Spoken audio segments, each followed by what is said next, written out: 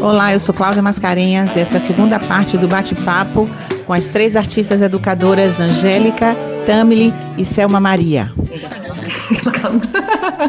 O silêncio faz parte. Sabe, eu fiquei pensando também essa coisa do quieta, né, do quietar, que existe o silêncio, né, do silêncio, existe um silêncio visual, né, que às vezes precisa de um espaço, assim, e acho que quando é artista, a gente percebe isso muito claramente. Às vezes a gente precisa do branco, do vazio, né? Do menos informação, menos cores, menos quadros, silêncio, tem a voz, fala mais baixo, a música é mais baixa. Então, acho que essa experimentação no nosso corpo faz que quando a gente encontra a criança, isso se torne mais respeitoso, né? Ainda mais um ser que está sempre, né, que está crescendo assim, né, porque 1 ano, 2 anos, crescendo muito rápido, é muita sinapse, é muita coisa, né, então, assim, esse cuidado, né, estético é muito, muito legal. E eu acho que isso tem a ver com o ateliê, tem a ver com o encontro no ateliê, tem a ver, também, eu acho que, também, eu percebi que a escola, eu não consigo me adaptar na escola, e eu ver os outros espaços, praça, ateliê, os encontros, eu recebia crianças na minha casa, passei 2 anos recebendo crianças. Então, o aprendizado, ele acontece em qualquer lugar, né, debaixo de uma árvore, o Tião Rocha fala isso, né.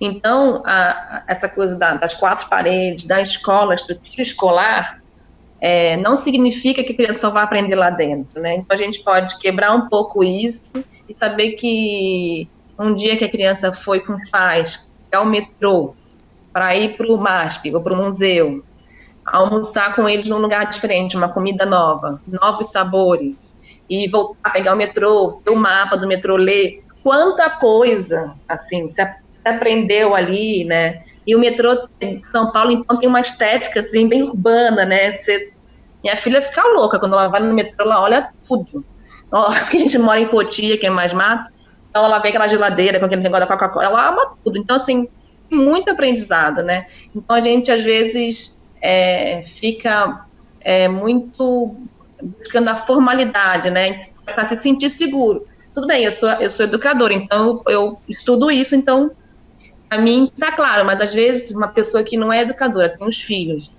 e fica sempre buscando a formação deles por um lugar formal, assim, curso de inglês, aula de balé, escola integral, não sei, natação, como se ali que fosse um bom desenvolvimento, né? Então, ali meu filho está aprendendo. Eu acho que na relação entre as pessoas, às vezes se aprende muito mais do que se ficar colocando seu filho em monte de cursinho, né? Monte de história. Tá? Acho que foi o que me veio, foi isso. Eu gosto muito do quintal para trabalhar, né, dessa coisa quintal, né, eu acho que é isso, vem de mim também, da minha menina, que sempre teve quintais e diversos, então eu gosto muito desse lugar quintal, e dessa coisa micro e macro, né, então não é só ali dentro de uma sala fechada, com uma pia própria, não sei o que lá, não, para mim é sempre vamos ver aqui, vamos ver o espaço miúdo também, sabe? O que ele me traz, né? E aí eu lembro, gente, eu vou contar muita história, né? Porque... e aí eu lembro de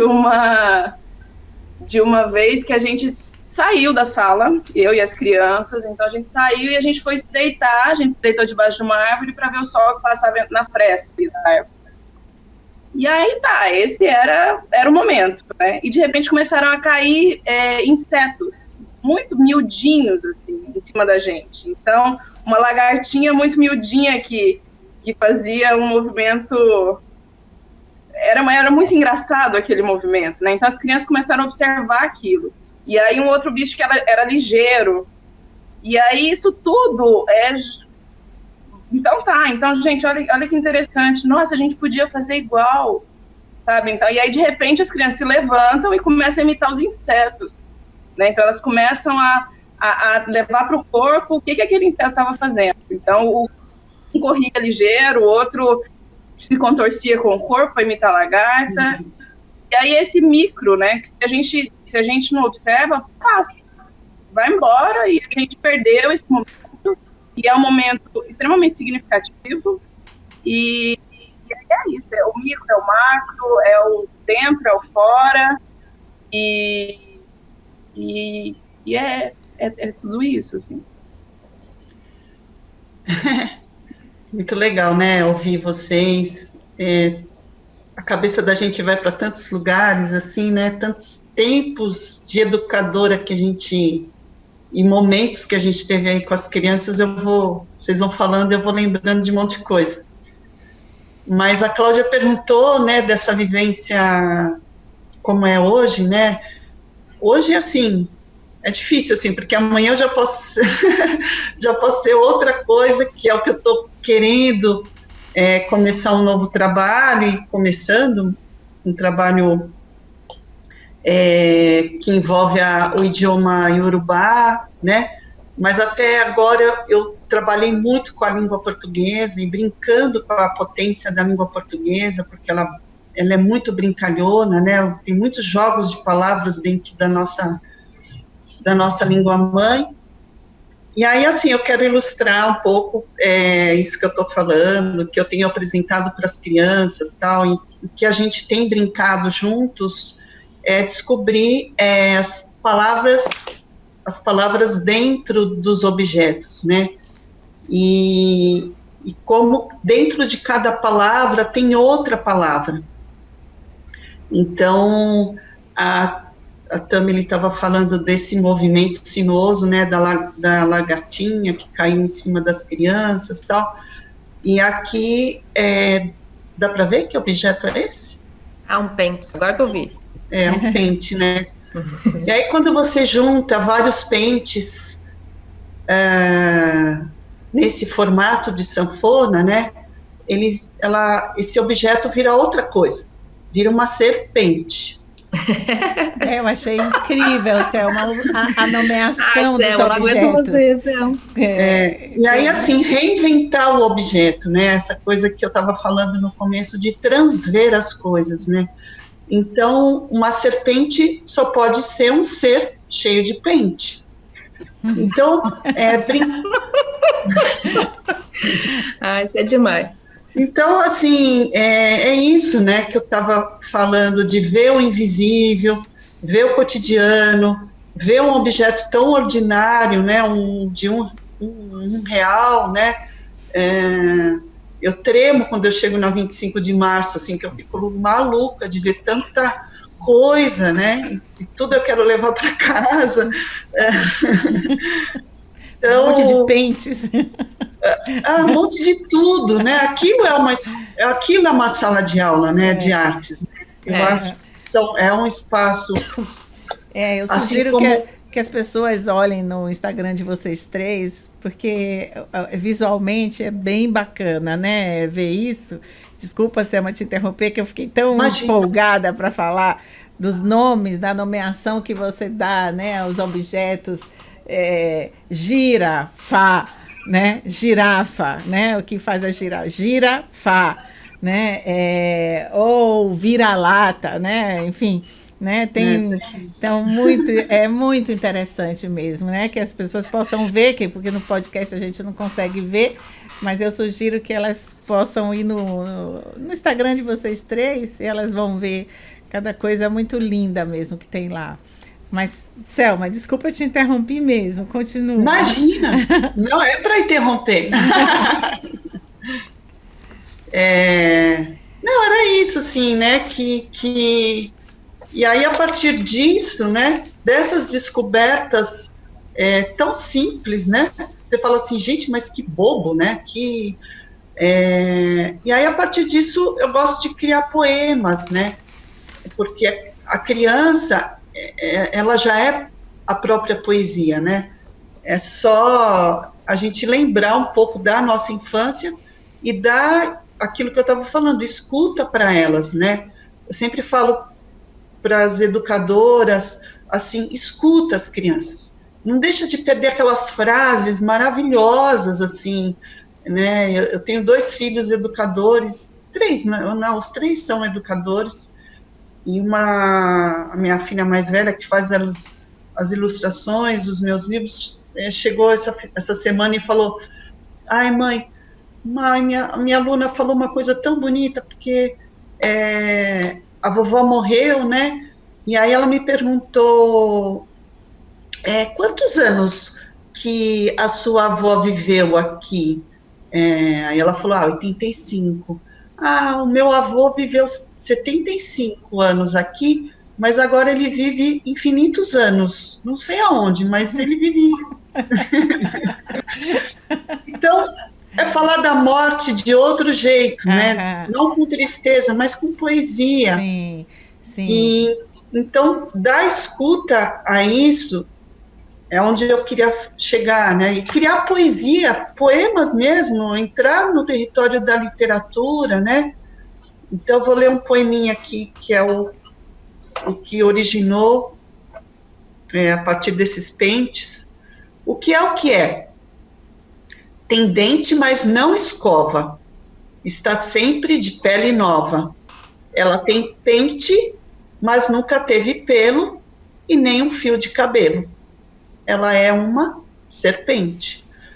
Então, assim, através disso que a gente estava falando bem no comecinho, essas multilinguagens, né? Que a gente não cabe, o ensinamento não cabe numa caixinha só, né? Então, você passa pelo pente, que é uma forma, entra no território das artes plásticas, depois vai para a literatura, cria o poema, e assim vai a aula, né? Passando por muitas linguagens, observar embaixo da árvore o movimento da lagarta em S, né, em sanfona. Sim. Ou seja, tanta coisa, o mundo é muito. Isso que eu também aprendi com vocês 3, vocês não sabem ainda, mas eu já vou dizer que eu aprendi com vocês 3, porque eu planejei fazer cada bloco, né, digamos, de podcast sobre a criança e o teatro, a criança e artes plásticas, a criança e a música, a criança e literatura. E aí, quando eu olhei assim, eu falei assim, Cláudia, o que é isso, né? Elas estão falando de tudo isso junto. Elas vão falar de música, de artes plásticas, de teatro, de poesia, de brincar com a palavra, enfim. Isso é a infância, né? Como que foi muito bacana ver que essa possibilidade, essa oportunidade que a Artes dá para a gente é exatamente essa, né? Que a gente possa abrir todos esses canais, né? E digamos, não dá para ficar só numa caixinha, né? Que eu acho que vai ficar como uma marca de hoje.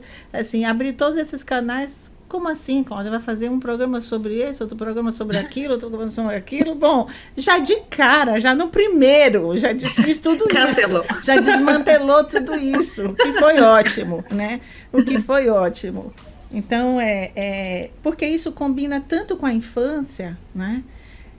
Isso é a infância, né? Esses múltiplos canais que a gente não fecha a priori canal nenhum de ninguém, que a gente nunca tenha o disparate de dizer para uma criança isso ela nunca vai conseguir. E isso eu digo, por causa do meu trabalho, eu digo a vocês que acontece cotidianamente com as crianças que têm mais dificuldades, né? Eu já escutei coisas cruéis, né? Sobre determinantes, né, que adultos falam sobre essa criança nunca vai ler, essa criança nunca vai aprender, essa criança nunca vai andar, essa criança, como é que pode alguém falar isso de uma criança, né? E isso esse comentário assim meio até emocionado que eu falo para vocês para também perguntar a vocês no trabalho de vocês com as crianças como é que aparece ou como é que se dá, no caso, se acontece até, né? As crianças que têm mais dificuldades ou crianças que têm muitas dificuldades, às vezes elas nem são levadas, né, para trabalhos mais amplos, para trabalhos de artes, para trabalhos, são levadas apenas para os especialistas, digamos, né? Então, assim, o que seria uma coisa muito genial para todas as crianças, todas mesmo, né? Incluindo todas. Aí no sentido mais amplo possível dessa palavra, Eu queria saber a opinião de vocês e como vocês veem isso. Sabe que quando a Selma estava contando a história dela, me veio uma história da Maria, que aconteceu, minha filha, e aí ela me perguntou assim, mamãe, ela era pequenininha, ela falou, mamãe, o sol, ele é redondo, cheio de tracinho? Eu falei, é. Ela falou, mas mamãe, o sol lá de casa não é assim. Eu falei, é. Então, assim, eu acho que isso resume um pouco a arte, né? Assim, uma pessoa, a gente queria um signo, né? Que o sol era desse jeito, e ela olhou para o céu e viu que o sol da casa dela não era desse jeito, né? E eu acho que quando a gente fala da diversidade, assim, e fala dessa possibilidade do pente virar uma serpente, é que não tem o certo e o errado. Quando a gente passa de um princípio, assim, que não tem o certo e o errado, todas as possibilidades que vão vir são maravilhosas, né? São novidades, é o novo. Cada um que fala aqui traz um olhar que vai somando. Então, quando você tem uma criança que... Mas eu fico pensando, criança com dificuldade, como assim, né? O que seria isso, né? Eu não sei. O que mais me mobilizaria, assim, quando você fala de crianças com dificuldade, seria uma questão mais emocional, não, porque aí sim, você tem que acolher, você tem que abraçar, mas aí é uma questão mais ampla de acolhimento. Agora, do mais, a manifestação da pessoa, tudo vai vindo, né? Claro, se uma criança agressiva, também, você dá limite, você acolhe, você sai...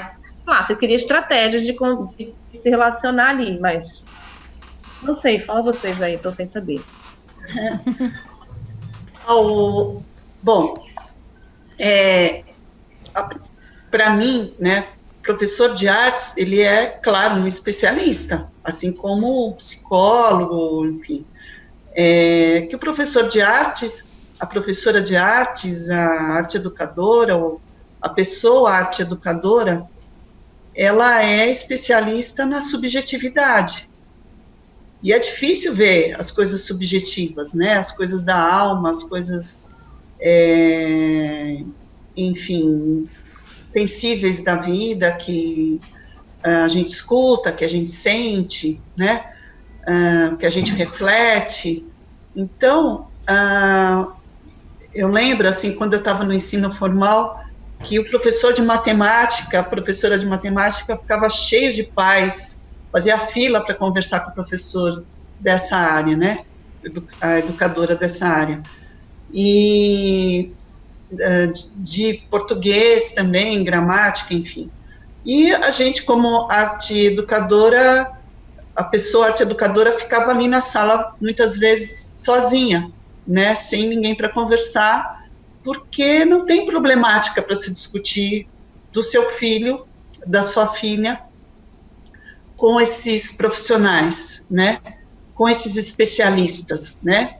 Muitos pais não encontram diálogo com o especialista, a pessoa que escutou e estudou a vida toda arte, né, textura, sons, cores, formas, linguagens orais, linguagens escritas, né, isso é uma pobreza, né, você não encontrar um diálogo com esses profissionais, né, que é a gente. A gente tem tanta coisa legal, né, para falar, para discutir. É verdade, eu estou aqui pensando, nossa, eu ficaria a manhã inteira, a tarde inteira, conversando aqui com vocês, né, assim, que, enfim, é muito interessante. Eu estava só fazer um parêntese, Angélica, isso que você contou, quando eu era pequena, eu lembro que tinha uma colega de sala que eu achava que ela desenhava muito bem, né, e aí eu sempre olhava os desenhos dela e os raios de sol, isso me chamava atenção. Os raios de sol do desenho dela eram compridos até o fim da página, sabe? Não eram só aqueles tracinhos pequenininhos. E eu olhava assim, nossa, como que ela teve essa ideia? Porque o raio de sol chega até o chão mesmo. Mas quando a gente desenha, a gente nunca bota até o chão. Né? Isso sempre me chamou a atenção, essa coisa dos raios do sol, incrível como chamou a atenção para Maria também, de uma outra maneira, né? Mas, gente, eu acho que já estamos assim... como eu posso dizer... Eu ia... Plena. Eu já estava assim, ai meu Deus, tem uma outra coisa que eu queria perguntar, mas que seria, por onde começar, né? Fiquei pensando, por onde começar, né? Com as crianças, né?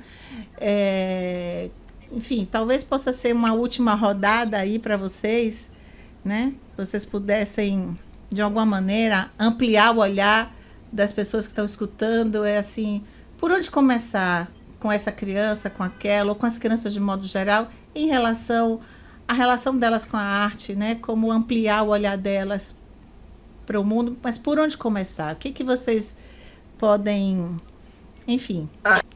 Eu diria que por elas mesmas. Eu acho que ampliar essa escuta nossa, né?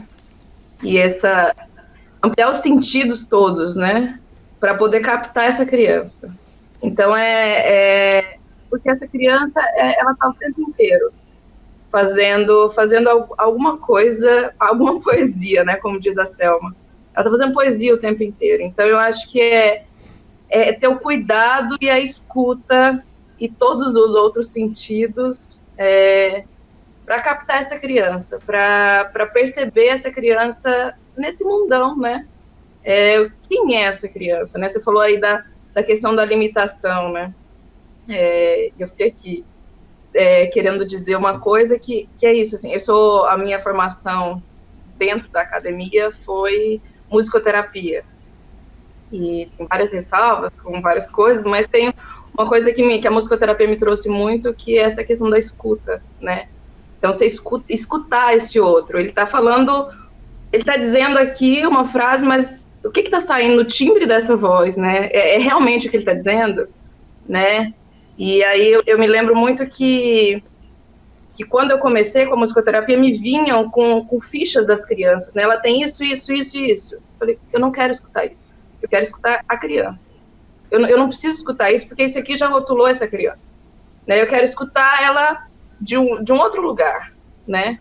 Então, eu acho que é isso, assim, tá atento a esse ser no mundo, né? Quem que é? O que ele está trazendo, o que ela está trazendo. E aí a gente pode começar a conversar, a gente pode, né? É a partir desse lugar. Para mim... Ai, desculpa, Angélica. Não, pode falar, Sam. Eu acho que, assim, para mim começa... Onde começa, né? Você perguntou, né, Cláudia? Para mim começa muito nessa relação com o riso, né? Se a criança te provocou uma risada, eu lembro do meu filho quando falava macurujá, quando queria falar maracujá, né? Enfim, eu acho que é isso, assim, né? Quando a criança, ela te tira do comum, assim, né? Quando ela... Tem um exemplo de uma educadora que me contou que o aluno não fez a lição de casa. E era um jogo de forca, que começava com a letra G e terminava com a letra S, e tinha uma galinha do lado, 2 galinhas, né? E essa criança não fez, entregou a lição de casa em branco no dia seguinte, e ela estranhou, porque era uma criança que sempre cumpria todos os deveres de casa, e ela perguntou, mas por que você não fez a lição, né? Aí ele falou, mas, professora, a senhora já fez a lição, isso foi uma pegadinha, né? Porque galinhas... Galinhas. Eu demorei. Ele foi mais ligeiro que eu. É genial, né? Então, esse provocamento de risada, que ela poderia ter aproveitado isso, né? Ela fez ele fazer a lição formalmente, assim, né? Preencher com as letras os espaços vazios. Então, esse vazio dizia tanto, né? Já mostrava tão genial quanto ele era, né? Uhum. E ela não legitimou esse conhecimento dele, né? Espacial, visual, que ele já tinha dentro, né? Então, acho que é isso, é um olhar atento da pessoa educadora para o seu aluno, é se agachar, como, né, a Tami falou, a grandeza da criança, esse agachamento, é o que a Angélica falou, né, desse raio de sol. Que raio de sol é esse que não existe, né? Quando você olha para o sol, né? É tanta coisa, né? É o mundo inteiro que se apresenta naquele corpo tão minúsculo assim, né? Em relação ao nosso, a gente se coloca tão conhecedor do mundo, né? Mas se a gente está aberto, eles desmontam a gente, e que desmonte mesmo, né? Porque é nesse desmontamento que surge 1000 possibilidades dentro da sala de aula que você nem tinha pensado, né? Então, acho que é isso, assim, né? Educação, uma boa educação é a gente estar aberto para o conhecimento tão genial que cada um traz, né? Eu pensei também, acho que vou só complementar, assim, tudo maravilhoso. Eu acho que só o que eu falaria era diminuir a expectativa, né, quando você se relaciona com uma criança. Então, acho que é isso. Acho que quando a gente está com muita expectativa, a gente não consegue nem mais ver a graça, né? Então, a criança começa a dançar, você começa a consertar. Que o certo é assim, que o pezinho tem que estar de ponta.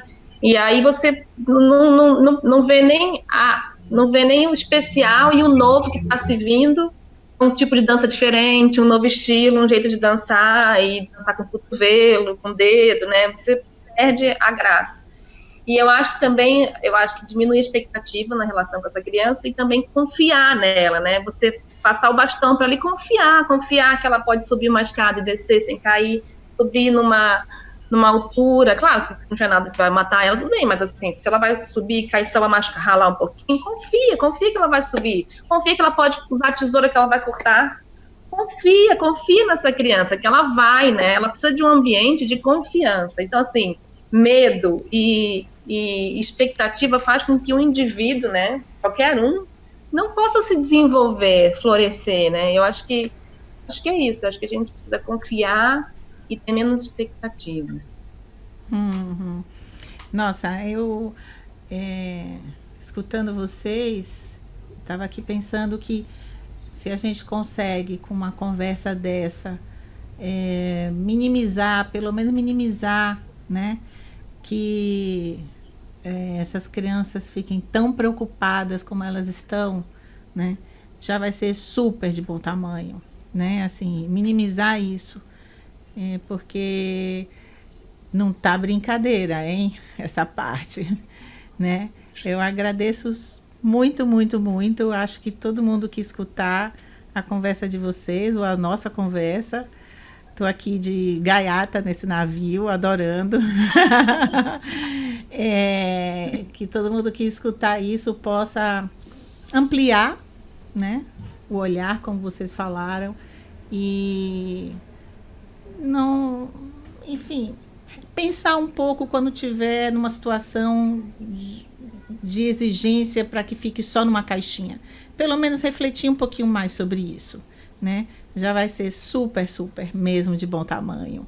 Tá? Angélica, Selma, Tamily, foi maravilhoso. Eu convido a todo mundo ver, né? O trabalho, né, de vocês mesmo, né, porque é de um colorido, é de uma criatividade, é de uma surpresa, né, que eu acho que essa palavra também é bem bacana para o trabalho de vocês, é de uma surpresa que remete a gente ao nosso infantil também. A gente também dá risada na hora que a gente vê algumas coisas, a gente também fica muito pego, né, por esse inusitado. Então, poxa, agradeço muito, tá bom? Enfim, vamos lá, vamos continuar. Tchau, tchau. Obrigada. Obrigada. Até. Tchau. Júlia sentada Júlia em pé, Júlia mora num lugar sem praia. Olá, meu nome é Lara Mimoso Mascarenhas Fernandes, sou de Vitória da Conquista, Bahia e tenho 12 anos. Um livro que eu indico para todas as crianças é A Outra Face, de Débora Elis. Li ele em um projeto da minha escola. Gosto muito dele. Beijo!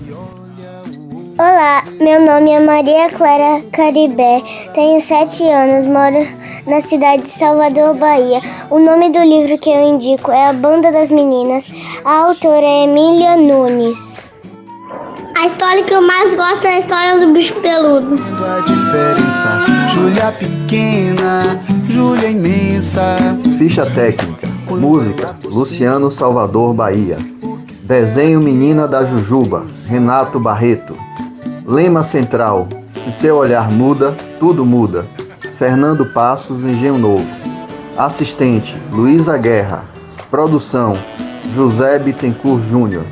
Estúdio, Alex Carlyle. Júlia sentada, Júlia em pé, Júlia mora num lugar sem praia, mas passa as férias na maré.